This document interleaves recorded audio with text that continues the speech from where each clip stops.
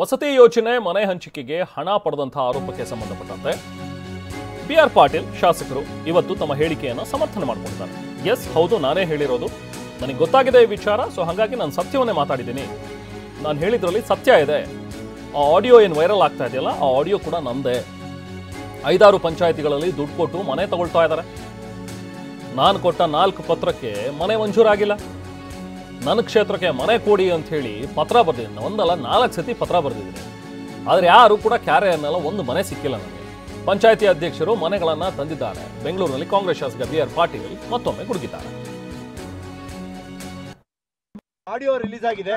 Audio ತಾವೇ ಮಾತಾಡಿದ್ದಾರೆ. ನಾನೇ ಮಾತಾಡೋದು, ನಾನು ಎಲ್ಲರಿಗೂ ಹೇಳಿದ್ದೀನಿ, ನಾನೇ ಮಾತಾಡೋದು.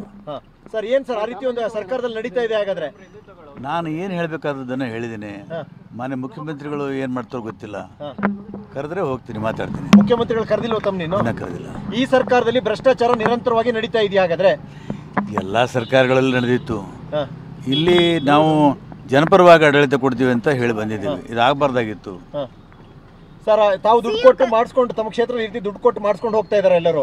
ಎಲ್ಲ ಎಮ್.ಎಲ್.ಎಗಳು ಎಲ್ಲರಿಲ್ಲ, ಒಂದು 5-6 ಪಂಚಾಯತ್ಗಳಲ್ಲಿ ದುಡ್ಡು ಕೊಟ್ಟು ಮಾಡ್ಕೊಂಡು ಹೋಗಿದ್ದಾರೆ.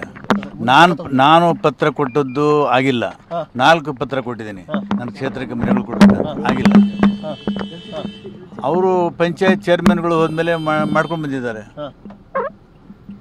ಹೋಗ್ತೀನಿ, ಖಂಡಿತ ಹೋಗ್ತೀನಿ. ಅವ್ರು ನಮ್ಮ ನಾಯಕರು. ಹೇಳ್ತೀನಿ.